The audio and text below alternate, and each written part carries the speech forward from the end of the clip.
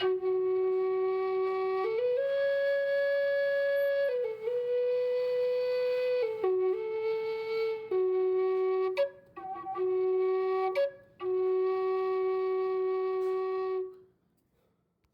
everyone. Before we jump in, I just want to say today's conversation is one I've really been looking forward to. You're going to hear from someone who cares deeply about food, community, and storytelling in a way that resonates with my heart and my soul. And I hope you will as well. So grab a plate, pull up a chair, and let's dig in. All right, everyone, we are live. Welcome back to Stream of Consciousness with Dan. Today's guest is someone I've been excited to talk to for a long time. He's an incredibly talented and passionate chef, a James Beard nominated culinary force, and an Emmy winner for his work on PBS's Wisconsin Foodie. He's also the co-owner of the Driftless Cafe in Viroqua, Wisconsin. We have Chef Luke Zahm here with us on the podcast. How are you doing today, Luke? I am so good. Thank you so much for having me. It's such an incredible opportunity. Well, I have to thank you. You're an incredible role model for the um, not only the Wisconsin food scene, but I think the national food scene and what you do with your farm to table stuff. So I'm super excited to share your story with Thank my you. audience. Thank you. That's very kind. Very kind. So we're going to start kind of where you are now and work a little bit backwards, actually. So when you think about your journey, you're a chef, you're a community builder, you're a storyteller. Which part of your identity right now feels the strongest? I would say that at the moment I have a pretty hot amalgamation of all of those three. Community building, I think for a lot of folks, is kind of translated through storytelling sometimes. Being able to put ourselves in someone else's shoes and gain a little bit of a perspective or insight into, what it is we do and why we do it. I see that coming through, more and more and more. I know that there are a lot of chefs who are really amazing at cooking, and that's great. And there are a lot of chefs that are Mhm. equally talented, in different directions, like being able to address a crowd. But I have definitely come to feel like my sweet spot is being able to do both of them. Yeah. And I see so much of my food sourcing, right? Like the farmers Yeah. and food producers that I source at the restaurant from, and through the television show, we get a chance to travel around and we get to see everybody's A game, which is Hmm. really, really a point of privilege. Uh, but for me, my job at that point is to evangelize, right? Tell the stories of those farmers and food producers. Tell the story of the communities that they're working within in order to bring those products to market. Tell some of the hardships and struggles that they may be facing to Hmm. bring more awareness into why they're doing exactly what they're doing in this space and time. So I think for me, I feel right now like my purpose as a community builder is definitely front and center. I think I take a lot of pride in that. No, and I absolutely, that's amazing. I love that because that's what this podcast is about. It's about, building community. And I think saw a statistic, you can correct me if I'm wrong, 85% of your food costs come within 100 miles of the Driftless Cafe. Is that true? Yeah, the year that was captured initially, yes. Now it's just a little bit lower because given the fact that there's instability in the economy right now, a Hmm. lot of the things that we bring in, like after COVID, all the disposables, so all the to-go containers, all Oh, of the things gotcha. that you need in a restaurant to keep it functioning and vital. I don't have access to local sourcing for that. So this year, Right. um, it's sitting around 72%, which is still I mean, it's so incredible. That's Oh so yeah, absolutely incredible. it's an awesome number. Yeah. But that mantra, I tell our chefs all the time that like sourcing food is and should be looked at as an act of revolution. The American food system has become so homogenized, and it's a Yep. system that prizes efficiency. And I would rather actually purchase food from someone who does it with, let's say, an intentional inefficiency, right? So Hmm. Vernon County, where our restaurant's located, and it's my home county. I grew up here. I live here now. Um, we have the second highest concentration of organic farms in any county in the United States of America. Right. I've met so many organic farmers, and one of the hallmarks is like doing things not just because it turns the most profit, Hmm. but also doing things because it lives in symbiosis with the soil health. It lives in symbiosis with like water quality. And because of the geography around where I live, it's very, very hill dominated. So, like, we have ridges, we have valleys, lots of forest. So it's not really well set for large scale agriculture. Hmm. And because we put that emphasis on bringing in food from our friends and neighbors, what we found is it actually is an anecdote for a lot of the dissonance that people feel in the United States of America right now, Hmm. specifically politically. It's really easy to look at your friends and neighbors, or maybe they're not your friends, maybe they're just your neighbors, and say, well, I know how that person votes. And that for me is a huge turnoff. It's a huge driver, to put up walls around where Yeah. we're at. I see food as one of the ultimate leverage tools that we have available to us in society, because I don't personally actually care how people vote. Hmm. I'm not saying that it doesn't matter. I'm not saying that there's not a consequence to those voting actions, but I can't read everyone on that basis. I Right. don't care how people pray. That's their business between them and their God. And like, I think that there's enough room in the world for all of our spectrum of Yeah. beliefs. No. And lastly, I don't care who and how people love. I think it's again, like, those are personally entrenched beliefs, but at the end of the day, I know that every single person eats, and we have to eat.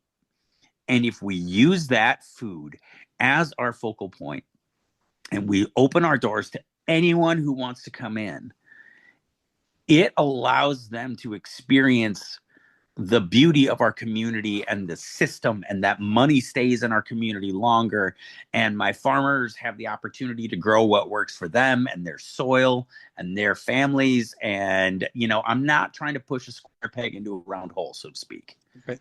No, well, I absolutely love everything you just said because it embodies everything about what this podcast is uh represents. So I've had a gay chef from Milwaukee. His name is Gregory Leone. I'm not sure if you're Yeah. familiar with him. Oh yeah. Great, Yeah. great guy. Yeah. Hilarious. I I've had love Greg. him. I've interviewed Inez Cook, who Hmm. owns the only indigenous restaurant in Vancouver. And you guys have all said the same things, is that food brings everyone together. I don't care if you're white, black, gay, straight, Catholic, Muslim, doesn't matter. We all have to eat. I love Exactly. that. I Yeah. absolutely love that. Thank you, thank you. I found it to be like one of the universal truths, right? Because I think inherently anyone who works in food, or perhaps marketing, or I guess it could be said for just about any creative endeavor, you are playing in human perspective, right? Hmm. And you have the chance to move the needle a little bit. There's a mantra that I've been saying over and over for about 5 years now, and it's very simple. Emotions are really difficult to change. I can't expect Dan to necessarily change how you feel about anything in the world, because that might be based on, it could be based in trauma. It could be based in jubilation. It could be based in ego. It could be based in triumph. All of those emotions, like, you just don't have the opportunity to see somebody on the street and really radically affect how they feel. But Yeah. those of us in creative endeavors, we have the ability to move perspective. Emotions are hard to change, perspective is not. So by showing someone food that maybe it's sourced from my indigenous brothers and sisters in the 14 recognized tribes in the state of Wisconsin, Mhm. or maybe it's pulling in from a different culture and doing it with respect and authenticity for the culture that brought it to us, and telling a little bit of that story to make the world just a touch smaller, just a touch. Yeah. It's that perspective that allows us to thrive and it allows us to grow. And I think that's such a vital part of being a human being, is that continual growth and evolution. Mhm. Oh, absolutely. Yeah. That's I'm super loving our conversation so far because I feel like I feel the exact same way because in, the current political environment, like you said, we just build walls. Yep. And that's not gonna get us anywhere. No, no, no. We're all about building bigger tables. Mhm. Specifically in the current political environment, like there's a lot of talk, a lot of xenophobia. People are afraid right now. When we look at the economy, it's conversations around fear, like what happens when. I was just hearing today, 86% of consumer credit card spending is done by the highest tax brackets in the United States. And even in the lower tax brackets, credit card spending has doubled in the last 5 years. What that means is you have a top heavy economy, Mhm. and like when you start hearing those things, like your brain automatically starts like, okay, first and foremost, how am I compartmentalized into this? Secondarily, like, what are the consequences of all those things? When we talk about, even a little bit of like the border security issues, 70% of all the agricultural jobs in the state of Wisconsin are held by folks who define themselves as immigrants, right? Okay. Wow. Yeah. So when you start talking about that, that is a humongous number. And, anyone in the United States of America who enjoys eating, provided you're not growing your own food or the majority of your sustenance has come from, being able to hunt and gather or garden yourself, you have you have someone who's come here from another place most likely to thank for that food. it's Yeah. it's such a, it's such a juxtaposition to me to think that you're going to target a group of people when in reality they are doing jobs that are difficult. They are doing jobs that most people don't want to do, Want and to they're do. doing Yeah. jobs that are vital. They're vital. Hmm. Yeah. Absolutely. Well, that was a great start. I can't believe how much I'm kind of vibing with you right now, Well, but thanks, man. we're going to take a step back Mhm. and get into kind of your roots. You were Yeah. born in Lafarge, Lafarge, Wisconsin. Wisconsin. Yes. What Yeah. about 700 some people? Something like that? 745 to be exact. Okay, Yes. there we go. You probably know all of them. Yeah, I do know most of them. Like in a town of 745, it's pretty rare to come across a face that you haven't seen at least once or twice in a lifetime. Yeah. And I yeah, growing up. So to be fair, we were about a mile and a half outside of town, but you know it was a very simple and very idyllic childhood in the 1980s. I mean, we had a garden, and my mom and dad both were actively involved in gardening, and at that point in time there really weren't restaurants around us. Mhm. So to go out and experience cuisine, whatever that might look like, we had to travel to do that. And it became a very celebrated and special occasion when we had the opportunity to go out. Most of the time, my mother cooked in the house. My dad hunted. My dad grew up on a dairy farm, Oh, and then awesome. yeah, he had decided around the time of high school graduation that that wasn't something that he had an interest in doing. And his father, my grandpa, sold the family farm. So my dad was involved in the construction trade, and my whole life and his whole life, he just knew how to work hard. And I love to say that it's a Midwestern sensibility. It's not. There are people all over the planet that work very, very hard and very Yeah. diligently at what they do. But watching that and understanding, coming from deeply blue collar roots, Yeah. hard work is definitely a part of this. And I left here. I graduated from high school in 1998. I graduated with 23 kids, 17 of Oh, whom geez. yeah. Oh, Jesus, right. I start 17 of those students I started kindergarten with. So like that's a pretty big deal to have that much kind of community. And even at the Right. time, I Yeah. may not love all the aspects of it. It definitely gave me a good systematic foundation. I left, I went to school in Chicago.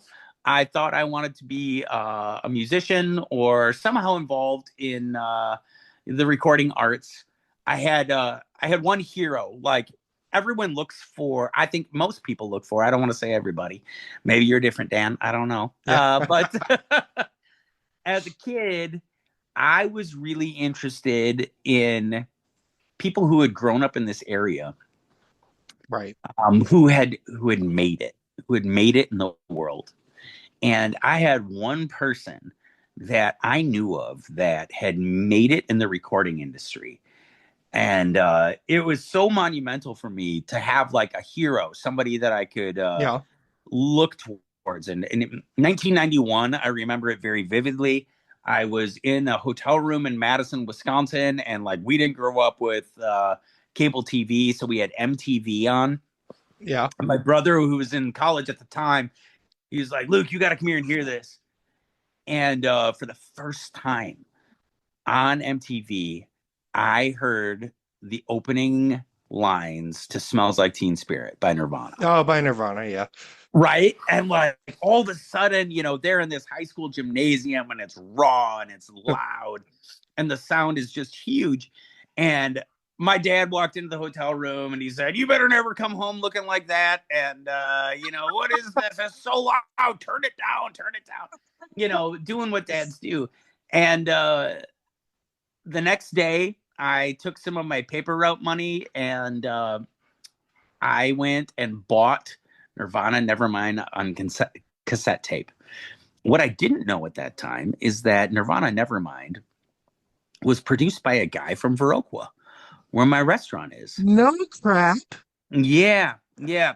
And so, like, upon learning that, the gentleman's name is Butch Vig. Upon learning that, I started, like paying a little bit more attention. Like, who is this Butch Vig cat? Like, he lives, he had a studio in Madison at the time.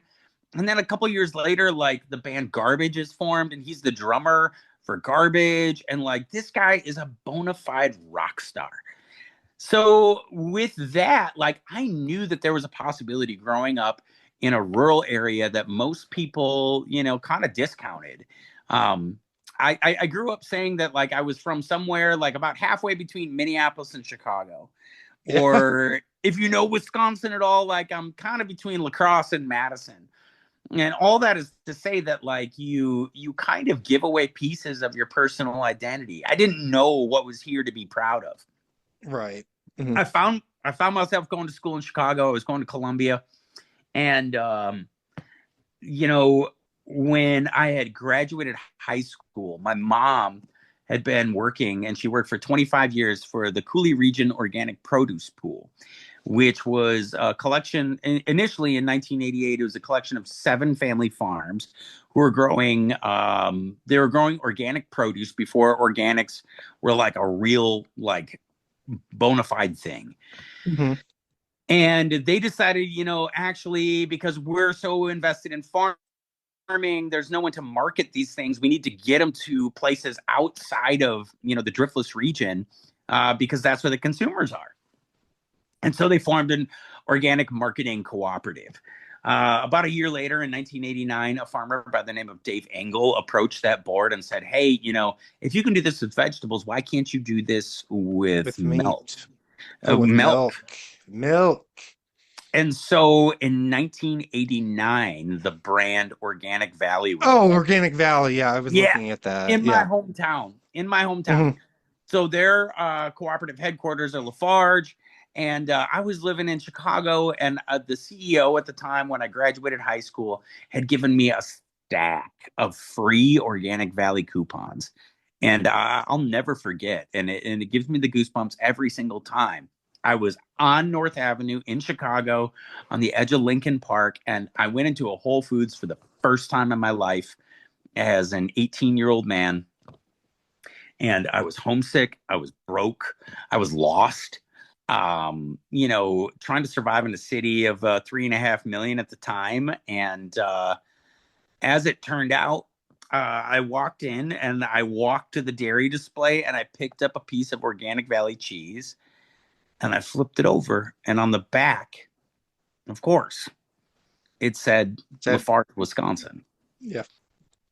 That for me was this huge light bulb moment. It didn't change immediately, my trajectory in life. But what it did is it gave me a foundation of understanding, like, this is where I'm from. These are my Hmm. people. These are Right. people who are committed to growing some of the best food on the planet for the planet. Um, and so at that point, after about a year and a half in the city, I decided I was ready to transfer out. I went to Madison.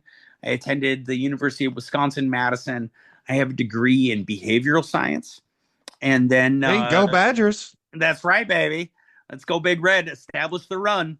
Oh, they Um, play tonight. They play tonight. The yeah, volleyball team. the volleyball team does. Yeah, yeah. We're Yeah. in the Final Four. I love um, that. yeah. So being in Madison was great for me. I really loved my time at the university. It opened me up to a lot of new ideas. It opened me up to a lot of big ideas. I started in the law school there, and I really really appreciated the education that I received as I was going through and getting my education. This whole time, like, my jobs were always in food. There were always food Mhm. service jobs, and I was working at a restaurant that had lost a chef about, I would say, 2.5 months after I started. And the owners needed someone to kind of step up and, like, step into sourcing their food, making sure that it was getting in on time. And I leaned in on the network that I knew, which was this collection of small farmers over in the southwestern part of the state. Mhm. So very quickly, I got really familiar with those buying practices. I got very familiar with, breaking down more of the whole animal, which actually for me is, growing up in a hunting family, like, you're breaking down an animal once a year if you're good at what you're doing. Right. So it was like the next logical step in the educational process, and I told Ruthie, who's the other co-owner of the cafe and my wife and partner, like, I think I'm gonna do this. I think I'm gonna pursue a career in food as a chef. And at first she was a little bit, let's just say, dubious or skeptical, Yeah. because going from the idea of being an attorney to all of a sudden being a dirtbag line cook, it's a pretty big jump. But Yeah. she was cool with it. She just wanted that happiness. And so I just started cooking and cooking and cooking, and I jumped to Lombardino's Italian restaurant, where the mantra was, cook as if you were Italians living in the upper Midwest. So again, that allowed me to kind of buy into this idea, like, I can use small family farms or sustainable ag to round out some of these menu pieces. Mhm. And then we opened up the Old Fashioned, which was like a love letter to Wisconsin's dining culture on the Capitol Square in Madison. I did 5 years as a chef for Epic, the medical record software provider that most of our medical records in the United States are actually housed on. And they started a culinary department, so I went out there and helped do this. And utilization numbers there, like you're feeding 4,000 people a day from scratch. So that is Oh, like wow. big food, and Hmm. started to really understand the psychological principles, because people would say all the time, "Oh man, maybe they were a little bit on the fence about their job at Epic in the software industry, but they loved lunch." And that was so awesome to know that, like, I was part of the best part of their day. And still, I get people, I haven't been at Epic since 2011. And I still have people come up to me like, "Oh, you used to make the best lunch at work. That was the whole reason I liked working there," which is so flattering, because those kids were making buku bucks and, Yeah. living the American dream. But like, lunch was the thing that they really held on to. Oh, So, that's so cool. I love that. yeah, yeah. I think in a very roundabout way, all of this kind of brought me back into this perspective. Once I was done at Epic in 2011, I knew that I needed to get out of the city. That was Madison, and I knew that I needed to come home. Hmm. I felt this place calling. So, we decided we were going to pack up the kids and we were going to move back to the Driftless region. And I knew that I wanted my own restaurant. And for about 2 years, I was in damn near every bank between Madison and La Crosse, like going in there trying. I had a business plan, I had menus, I had my 401k from Epic that eventually I ended up cashing in, just to say, like, I had some of my own money. And then ultimately, after getting rejected at bank after bank after bank after bank, I was talking very passionately one day with a retired dairy farmer, and this guy and his family, his wife mainly, they were listening with interest, and I was explaining how I had this vision for putting a spotlight on local farmers and food producers, specifically in the Southwest region of Hmm. Wisconsin. And when people came into this place, like giving them something that they could remember and hold on to. Yeah. And they heard me talk about it. They heard the passion and emphasis in my voice, and they said, "Well, we'll fund it. We'll fund Ooh, it at five awesome. percent." Yeah. So the Driffles Cafe is not the obviously, there are so many farm to table restaurants all over the United States of America, but I could Hmm. safely say we are one of the only farmer funded farm to table restaurants in the Oh, United States wow. of America, which is awesome. Yeah, That's that awesome. is, I did not know that. Yeah, that's sweet. Yeah. That is really cool.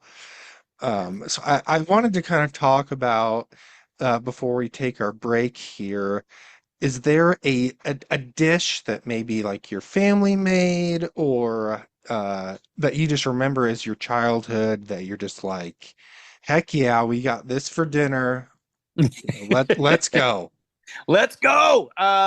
Yeah, there was one, and it was one of those things that kind of came back to me later on in my professional cooking career. We used to take like venison, you'd slice it thin like the roast, and then you'd pound it out and you dredge it in flour. And Oh my yeah. mom always used to serve it with like a butter and lemon, parsley, and caper sauce. And then years later, I'm working at Lombardino's and we're doing Italian food. And okay, so the I see the next menu come out and it's got veal piccata on it, and I was like, okay, I don't know what this is. And then in the process of actually doing it, I realized, like, oh my gosh, I've I was eaten this eating this dish. the whole time. Yeah, I've eaten this dish like a million times. Like, this is the banger right here. And it was such a huge relief, because I think for a lot of people, specifically when you're coming into the restaurant industry, there's this whole, like, the whole language is different. We've got Mm. speed racks, we've got hotel pans. I need a third pan, I need a six pan, I need a ninth, I need a 6-inch ninth, like whatever it is. There's a different terminology, and specifically when you start getting into like French techniques or Italian techniques or maybe you're cooking, with like Southeast Asian techniques, or maybe you're cooking with indigenous techniques. There's all this nuance and vocabulary that accompanies all of those specialties. And that one for me felt like a warm hug, Yeah. knowing Oh, that, I like, love that. okay, yeah, the learning curve isn't that steep. Oh, that's great. Oh, because I remember, so my favorite dish actually, I don't even know the exact word of it, but my grandmother would always make fresh bread with tons of grains and oats and seeds and everything. It was the best bread in the entire world. And then they'd get like some ground sirloin steak and then just put the raw onion on it and Yeah. just eat it. And I'm like, at first I was like, this is disgusting. Why am I eating ground meat? And then I like taste it. I'm like, oh my gosh, this is incredible. the So do you the know what is cannibal that dish sandwiches. called? Oh, the The cannibal cannibal sandwich. sandwich. Yeah, yeah, yeah. Yep. I grew up eating those too, and they are really good. Oh, they are. Oh my gosh, that's great. So I just have one more quick question before we Yeah, take a break. So what does being from Wisconsin mean to you? I'll kind of say what it means to me first. sure. Like I said when I had originally reached out to you, my late uncle owned a farm in Cazenovia, Hmm. Wisconsin, or near Cazenovia, Wisconsin. I'm sure you know where that is. Oh, yes.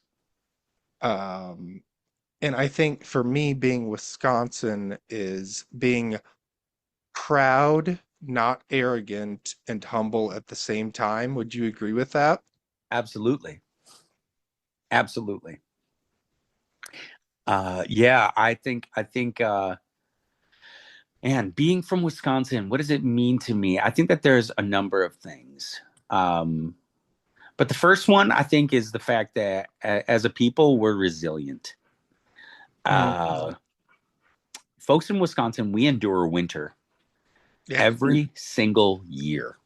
And for those of you who are not familiar with like a Midwestern winter, I am not kidding. I don't think I've seen the sun in about 3 weeks. It's just been kind of cold and yeah, steely and gray. And, this morning it was raining, which is really, disconcerting. And now it's like 15 degrees with 55-mile-an-hour winds outside. So it is nasty outside. Every year we endure this. And I think that actually builds a sense of community and strength, like, that other parts of the country miss. I think there's also like a tremendous pride. But folks talk about like, oh, we're the breadbasket of America or whatever. But like, Wisconsin agriculturally is so strong. Obviously, we lead the world in butter production. We lead the world in cheese production, artisan cheese production, horseradish, cranberries. We lead the world in both of those. Ginseng, Wisconsin ginseng is some of the most sought after. The agricultural traditions that are here, I think, post like 1850, it's truly incredible. But then if you go back and you start thinking and you start looking at the cultures like the, Ojibwe culture, the Anishinaabe. So like you have people like the Menominee Nation in, northeastern Wisconsin, the Ho-Chunk people, which are, in southern Wisconsin and the majority of southern Wisconsin, the Red Cliff Nation up on the top of the peninsula for us. Those folks, some of those cultures have been here for close to 20,000 years. right. And the reason that they've been here is because there's always been food available. Yeah. And people, I don't think realize that. Mm-mm. Um, like I said, I had the pleasure of interviewing Inez Cook, and to just like accept those people and learn from them, like what they have been, like you said, they have been doing for, like you said, 20,000 years. It's Yeah, incredible.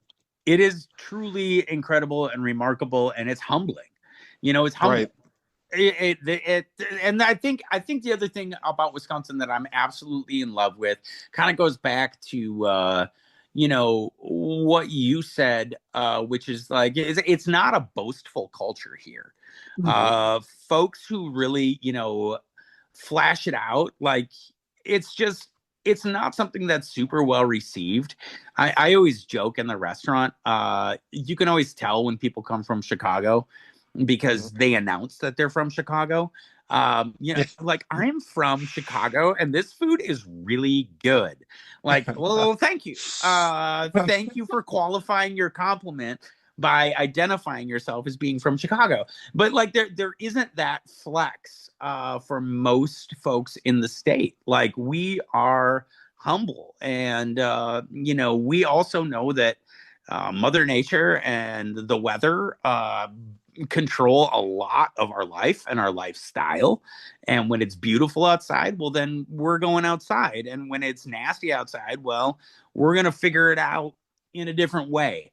Mhm. So I think that humility for me is what definitely makes the television show so amazing and so worthwhile, to give folks a chance to see themselves reflected on PBS, to see a little bit of themselves, and again, make the world just a little bit smaller through the understanding of food. Oh, pardon the interruption, folks, but we have to talk about Muddy Paws Second Chance Rescue. I've seen firsthand what Muddy Paws Second Chance Rescue can do.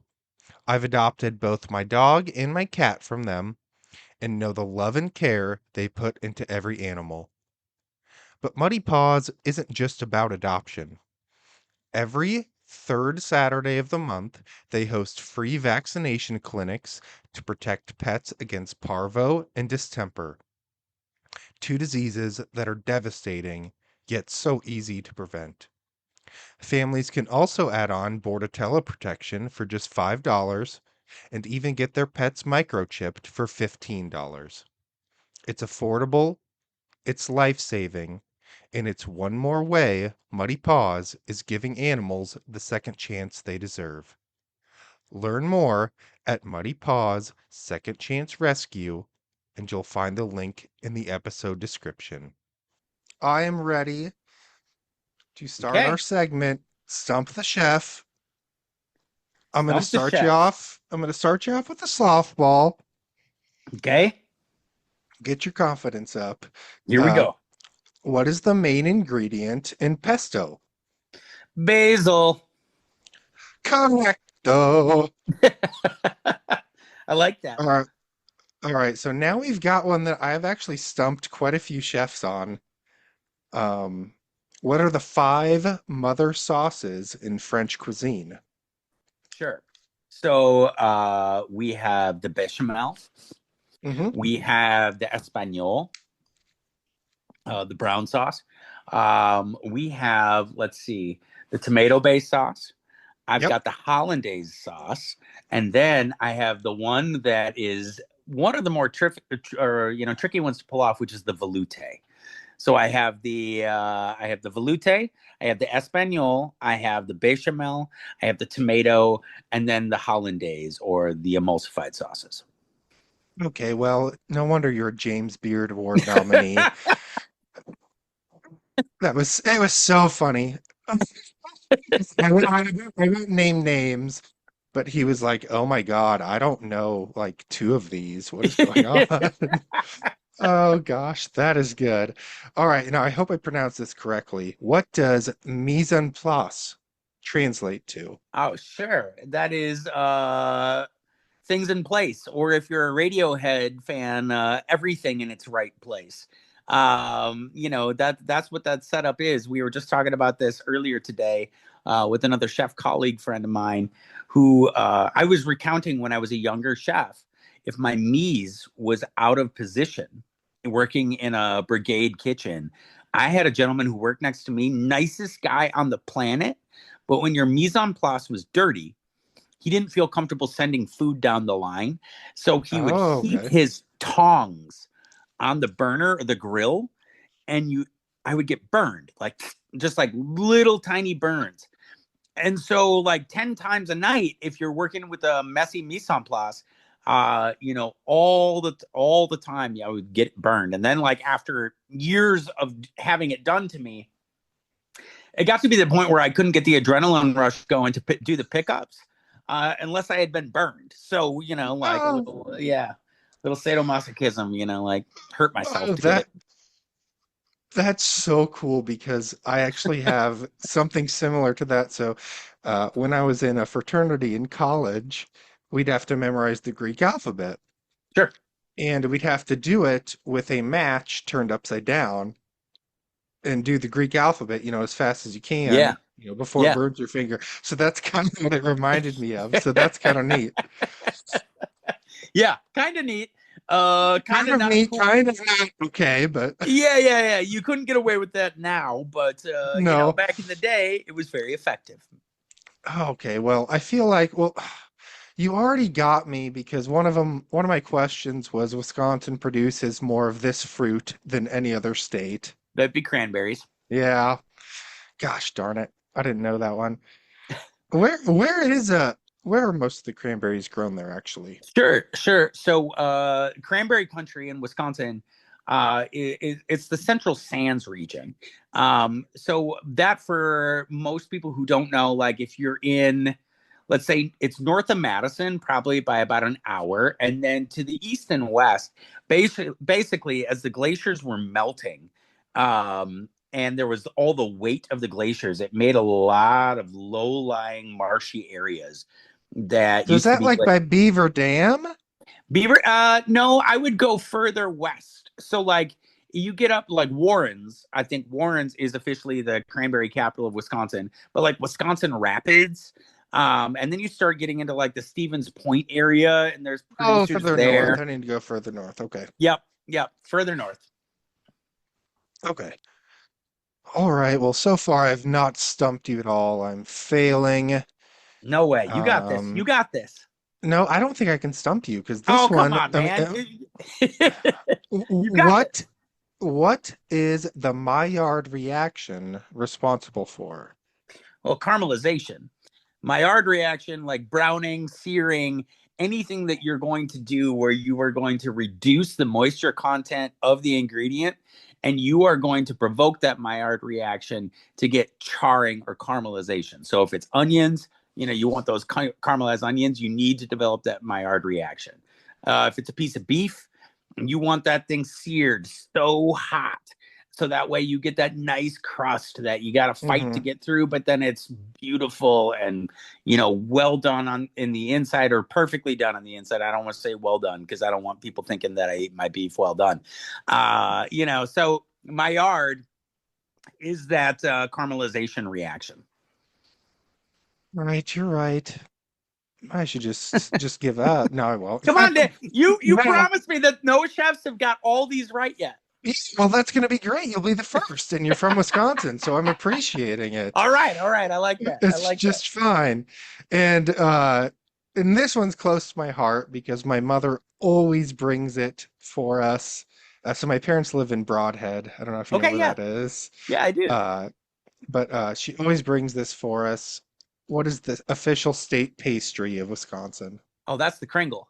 Oh yeah, and where is the home of the Kringle in Wisconsin? Racine. You got it. I can't Yeah, stump you baby. on anything, Wisconsin. you know, Oh, I will tell you that we have an episode coming out this season, which starts in February, and we actually went to O&H Kringle, which is, I think if you ask any Scotty or Wisconsinite, everybody's got kind of a favorite Kringle. We all have one that we most closely identify with. O&H is like one of the granddaddy Kringle makers. So we went through the factory and like it was amazing. It's like being in Willy Wonka's palace. All these awesome. people like pulling these oval pastry spheres into existence, and then they get glazed and like I think I ate my weight in pecan Kringle, raspberry Kringle. Like I was just going ham in there. I was like, I was I love probably it. yeah, a couple ketones away from a diabetic reaction, but like it's cool because if you're gonna go down in the O&H factory. Yep. So what's your favorite? Mine is the pecan. That's my Yeah, favorite Kringle. hands down. Best Kringle is the pecan Kringle.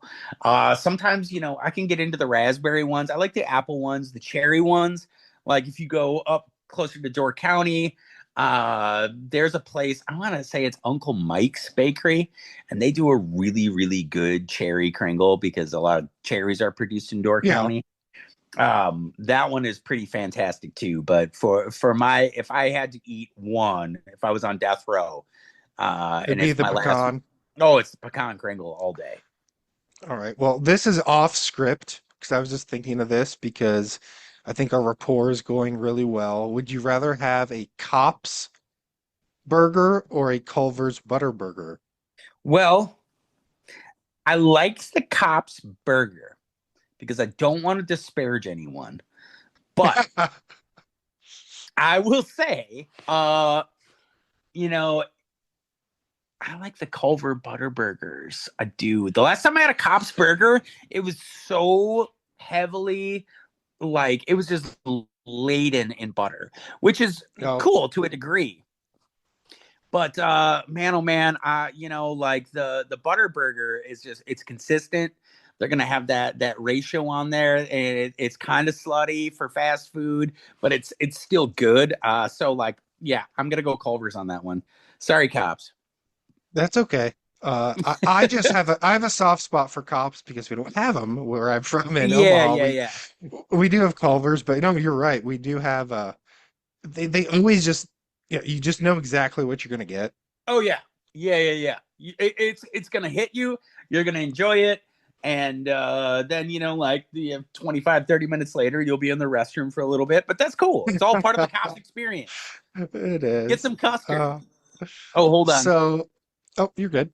So no, I really wanted to talk about a lot about your show, the Wisconsin Foodie, kind of how they got started Yeah. and how proud of it you are because, I mean, I've been watching it a lot recently. I really wasn't that familiar with it until I kind of came across you and I've been watching it and it's beautifully done. It's so educational. You don't take over. You let your guests, share what they need to share. So maybe just kind of talk about how that came about and how proud of Yeah. it you are. So, yeah, the owner or the creator and the director of Wisconsin Foodie is a guy by the name of Arthur Ursig. He lives in the Milwaukee area. And I want to say like 2014, 2015, something like that. When the cafe was still young, um, he had reached out and said, "Hey, we want to profile the restaurant." And of course, I was aware of what they did, and I was like, "Oh, absolutely. When do you think?" And he's like, "How does tomorrow sound?" I was like, okay." So I go into the restaurant the day of the filming, and like first thing you do as a chef, like you clean because you're really I'm self conscious about that. Like I want it to be clean when they come in with Right. cameras. Secondarily, I like it made all this food like I knew what I was going to be doing. So like, all right, I've got it kind of drilled in. The camera crew arrives, Arthur arrives, the host Kyle Cherrick at that time. They all arrive, and I'm excited. And I'm like, okay, I've got the food done. So it's like, quick and easy pickup. And Arthur's like, I really appreciate what you did here. I want you to put it all in the cooler and I want you to start from scratch. I want to film you making all of it. And I was like, okay. And we got on camera, and, I hadn't really ever spent any time in front of a video camera, Hmm. but I kind of just told the story of who I am and where I'm from, and why Right. this food really really resonates with me. And so for the next couple seasons, I wasn't employed by Wisconsin Foodie, but I kept on making appearances. Like they would have something that they were doing, and I was there cooking it, and I would end up on the camera again. I got a lot of good feedback, specifically right away from folks at PBS, and I was really thrilled about that because it was a facet that I really hadn't ever considered. I, at the same time, was talking with some folks out in California about the possibility of like a Midwestern cooking show. And it got into some pretty deep conversations. And then ultimately, I had a producer tell me, Luke, this is great. You obviously know how to cook. You're obviously super passionate about what you do.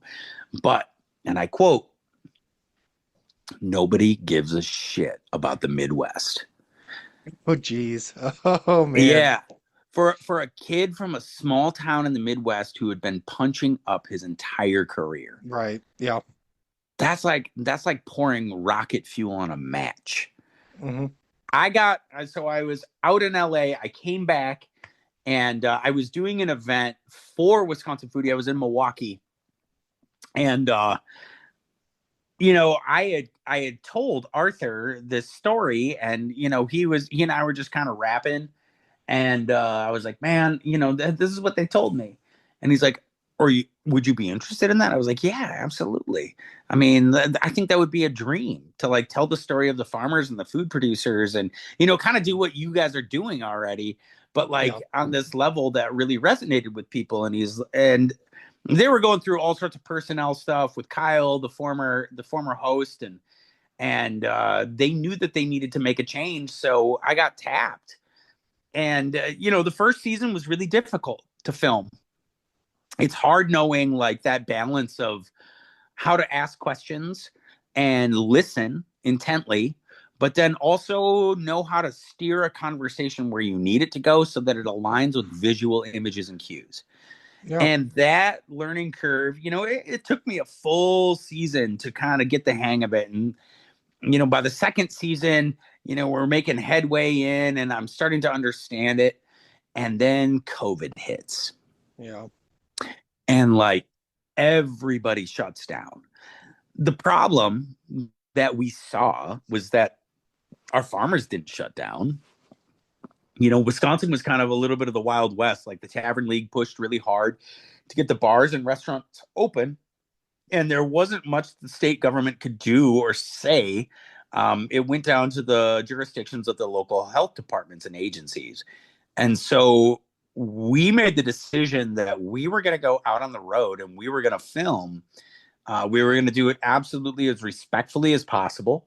We had to do it being minimally invasive. Right. Um, I'm a huge camper. Like I love being outside. That is my jam and my MO.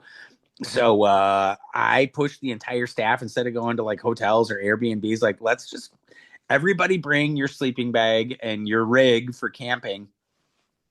And we would just go and post up on these farms, which is as fun and beautiful and idyllic as it sounds. It was amazing to get to No, see. I was just Yeah, gonna say I can just imagine because I was just gonna tell a quick story because my wife and I were up in like I said, we went to visit our parents up in Broadhead, and we did kind of a roundabout to House on the Rock and yeah, Cave of the Mounds, and I can just picture like Wisconsin. I don't know if anyone from outside of Wisconsin knows, but it's a beautiful freaking state. yeah, yeah, yeah. And so I love that you just did that. And yeah, that's really incredible. And it saves money too. Yeah, Yeah. totally. And you get this experience, like as filmmakers, they talk about like being embedded. Being embedded on a farm as you're filming it over the course of 3 days. It's a really profound experience to get all the snapshots of the day's progression. It helps you really know the folks that you're interviewing, and you get to see a glimpse into their world. And Wisconsin Foodie, from that point forward, like it's just been, it's so beautiful. I can't tell you how many people, um, approach me on a daily basis, and it brings something to them, like that sense of pride, right? They get to Hmm. see their friends and neighbors, and they get to learn about new processes, or maybe seeing agriculture be transformed right in front of their eyes. Because face it, like ag has gone in the last 50 years from being something that you know used to be kind of the Wild West, and now it's very well understood. Mhm. There's a lot of crop scientists, there's a lot of soil scientists, there's a lot of hydrology specialists that focus their entire careers on American agriculture. There's the phone again. Awesome. Hold on one second. You're all good. That one was a telemarketer. You got to get rid of that landline, dude. No way, man, because otherwise I'd be calling my cell phone. And like I hate these things. Let this be the public record, me saying that these cell phones will be the cigarettes of our generation. These things are so damaging and so powerful, and like so vile. All that information at your fingertips all the time. Human beings have not evolved to have that level of information and sophistication. And now you start throwing AI into that mix, like, that's not good for our brains. Yeah, it's actually really funny you say that. So, I was I do a side gig called Hebrew Word of the Day, Sure. where I just explore, Hebrew words, and I do use AI for some of my information, Yeah. but no, but you're exactly right. Where those phones, you know, I don't know if you're religious or not, but sin is at our fingertips. Yeah. Absolutely. Absolutely. Interestingly enough, you're from Broadhead. You can probably relate to this. I met a gentleman from Albany, Wisconsin. You know where Albany is? Oh, yeah, I do. Yeah, pretty close to Broadhead. Yeah.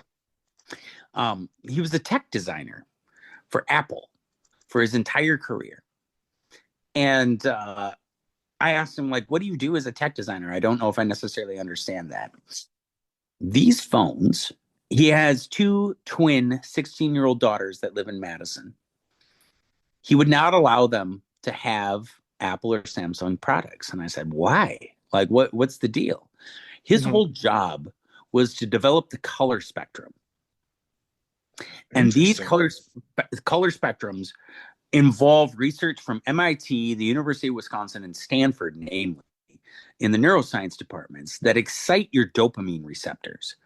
So, a really fun experiment that he had myself and a couple other folks do was turn your phone, the color off. You go into the accessibility settings, you go into the display, and you can set it to grayscale. And it's amazing. When you set your I'm gonna do it right now. Yeah, when you set your phone to grayscale, you lose the dopamine excitement from your phone. And what it does is, like, if you're going through social media, or like you're checking out the gram, or you're on Facebook, or whatever it is that you normally do with that phone in the situations where you may be brain rotting, you're going to find that your brain longs for that color spectrum back. I'm missing some of the definition on this photo. I'm missing some of this. I'm missing some of this. If you can push yourself to do that for 3 days, your brain actually has the ability to kind of reset a little bit, and you don't necessarily reach for it all the time. These things are designed to be addictive. And for folks like myself who are prone to addiction, these things, they fill in blanks where your brain should be bored. Your brain should be not stimulated. Human beings have lost that capacity in modern tech culture Hmm. to be at peace with the world around them without constant stimulation. So give it a shot. If it works for you, it works. If it doesn't, see how long you can go. Longest I ever went was 3 days. Well, After I three, will definitely do that. We'll do that offline after we finish yeah, our thing, so we can walk through it. Um, yeah, like I said, AI is kind of scary. yeah, It's useful, but also, yeah, very scary. yeah. You go display Let's and text see. size, and then you go color filters. Once you get into color filters, you can turn it off, and it automatically goes to grayscale. And once your phone is in grayscale, it's so much less fun to look at. Oh my Is gosh, Instagram. probably a good thing. Exactly. Like, oh man, this Which is I not. think, again, it's kind of why I started this podcast, is to bring content to my community that isn't just, doom scrolling and seeing Yeah. people in bikinis or people just spewing BS. You know what I mean? Yeah, yeah, yeah, yeah. And it's such a noble endeavor, honestly.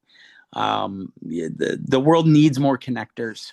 We need more creative endeavors that bring people closer to the understanding that all human beings are truly just that. We're just human beings. We can let all these man-made divisions come between us. You can let all those symptoms of a culture that is so obsessed with labels get in the way of actually connecting. And we Yeah. need connection. We are Yep. interdependent as a species. Yep. Absolutely. So no, so I've got since we're going deep, we've been going deep. I've got a deep question for you.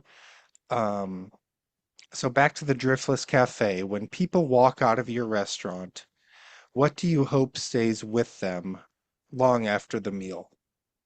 Yeah, that's a great question. Um, what I hope stays with them is exactly that hope. I believe with my whole heart that hope is stronger than fear.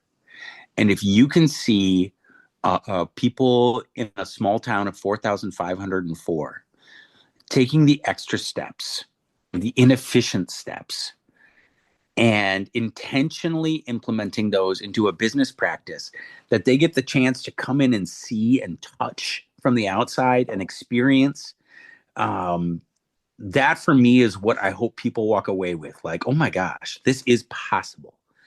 Different worlds are possible. It doesn't all have to be rooted in capitalism. It doesn't all have to be rooted in just mindless consumerism. It doesn't all have to be rooted in transaction. There is still space for transformation. And, maybe it opens their eyes to the fact that, like, I should go to the farmer's market and meet a farmer. Hmm. I should try growing a tomato or my own basil plant so I can make my own pesto, or whatever it is that gets them just a little bit more connected to the food system around them instead of taking it for granted. I do a lot of work in the farm to school programs, and it's such a common answer. You ask second graders where chicken comes from. Where do chickens come from? The grocery store. The That's what they grocery say. store, right? And it's a disconnect that people have between their food and the people who give their lives to raise that food so that they have that to eat, or Right. the animals, like the animals themselves. I'm a meat eater, but I really do have respect and reverence for the food that I consume, because I believe that makes me stronger, more sentient human. And I believe that Absolutely. those animals have lives. They have Hmm. personalities.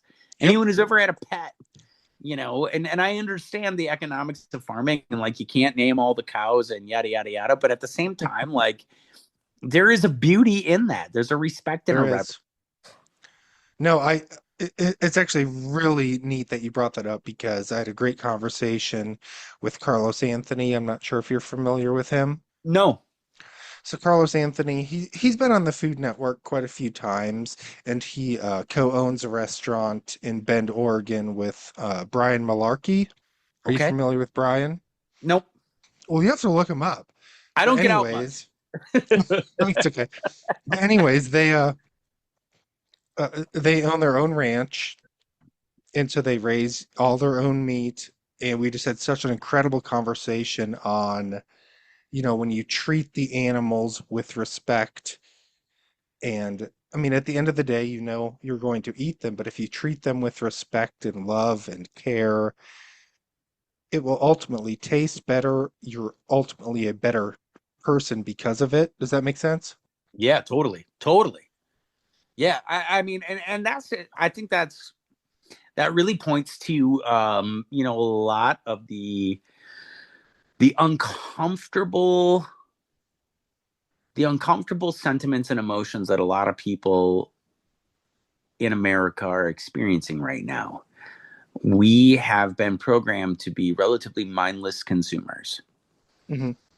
And my whole fight with capitalism is that I'm more than just a worker. I am more than a cog in a very large machine. I'm a human. I have human emotions. I have human struggles. I think, for a lot of, I'm going to make a generalization and say our generation, for a lot of our generation, you know, uh, it's the idea of doing so that we can buy and consume, and that in that consumption and in that having material things, we become more at peace with ourselves and the world around us. And I don't believe that to be the case. I really do think that there are some really important steps from point A to point B that we often overlook. And if I can make an impassioned plea, like, in your food, it's right there. It's right in front of you. Go to a farmer's market, shake a farmer's hand, thank them for growing or bringing to market that thing that you are going to share with people that you love at your table. Like, it's such an amazing perspective shift to know some of those people. And then, when shit hits the fan, and things start breaking down like it did during COVID, and we were shipping food from the Midwest to folks that I knew in LA, because they didn't have access to Right. food at the grocery store Hmm. because of supply chain breakdowns. You know, that is a very humbling and real experience. And I was so thankful, and I am forever thankful that I know the people who raise our food. I absolutely love it. I have super enjoyed our conversation. I literally can't thank you enough. I just want to give you a platform before we sign off here on any organizations in your area or any um, just things that you want to kind of talk about before we sign off. Yeah, a couple quick things. Number one, I would say, like, check out some of the work that they're doing over at Seed Savers, seedsavers.org. Seed Savers is the largest non governmental seed bank in the United States. It happens to be housed in Iowa, but don't let that scare you away. It's in beautiful Decorah. They do amazing work, and a lot of the work that they do is rooted in restorative justice. A lot of folks who come into America bring seeds with them, and in so they bring pieces of their culture and their identity in that food and in those things that we grow. Secondarily, I have to shout out my boy Sean Sherman and the fine folks at Natives, Natifs. Those folks between the Indigenous Food Lab and Awamini, they are actually doing the work of making sure that indigenous ingredients, indigenous food is available and more commonplace in American society. And, they are fantastic human beings as well as heroes of mine. They take good care of those indigenous communities. And lastly, check out your local farmers union. It's really interesting to be in those mixes of people and having the chance to, like, even just peek in a little bit. What are my local farmers talking about? What is it that's really pushing it? For the last year, I've been jumping up and down saying, like, hey, we are about to experience a massive beef crisis in the United States of America.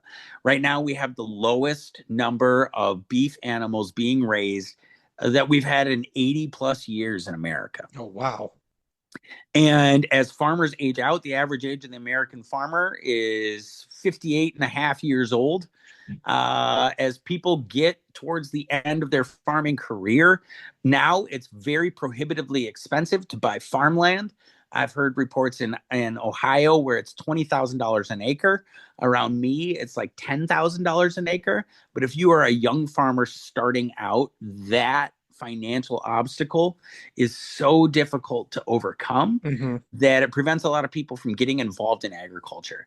So checking out your farmers union, get your finger on the pulse, and then last but not least, if you have the opportunity to interact with the farmer, Like I was just saying, going to the farmer's market, shaking their hand, thanking them for their tireless efforts to engage in the noblest profession known to humanity, which is farming, raising food for others to enjoy, raising food for sustenance, raising food that gives us the peace of mind that we don't have to. And that is truly the ultimate American flex. Well, I don't think anyone could have said that any better, to be completely frank. Well, thanks. I will plug all of those, um, any website or anything. And I just, again, wanted to thank you so much for your time. We're going to Dan, sign thank you. off. So that was our conversation with Luke Zahm, chef, storyteller, and someone who reminds us that food is never just food, it's community, memory, and connection. I'm so grateful he joined me today and shared his perspective. If you'd enjoyed this episode, make sure to subscribe, leave a review, and share it with a friend who loves authentic stories. And again, don't forget to check out Muddy Paw's Second Chance Rescue. Their monthly vaccination clinics are saving lives, and they're close to my heart. Thanks for listening, and until next time, keep chasing the stories that matter.